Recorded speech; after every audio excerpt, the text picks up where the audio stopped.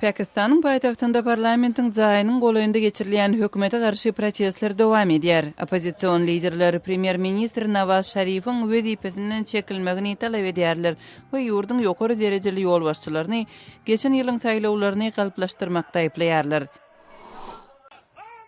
Pakistan'ın günorta gündoğrunda yerleşen Quetta şäherinde jurnalistler hökümeti goldap, opozisiýa bolsa garşylyk bildirip ýürüýüş geçirýärler. Media wekilleri ýurtdaky ýagdaýdan çakalga tapmak meselesine harbiýlaryň goşulşmagyna garşy şygarlary öňe sürdüler. Kabulda Awganistanyň Howpsuzlyk we Milli Müdirligi Pakistanyň Gizliň agentliginiň Awganistanda dören ýakynky durnuksuzluklara göni goşulşanlygyny aýdýar.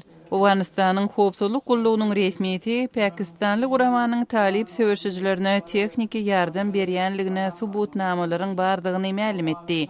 Bu aýplama Awganistanyň Helmand, Garhar we Lagar vilayetlerinde Talibanyň güýçli batyş edýän döwründe peýda boldy.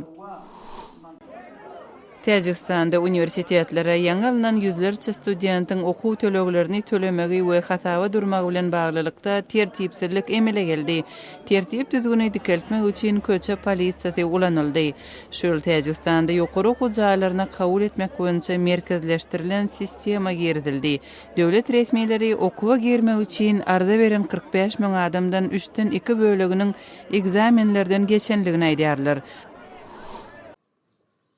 Kırgızstanyň hökümeti biometrik pasportlary çap etmek üçin Germaniýadan tekniki enzamlaryny aldy. Kırgızstanly saýlawjylar täze pasportlaryny 2015-nji ýylyň parlament saýlawlaryna gatnaşmak üçin ulanyp bilerler. Resmiýetler täze pasportlaryň saýlawlarda galplyklara ýol berilmezlige ýardam berjegini aýdýarlar.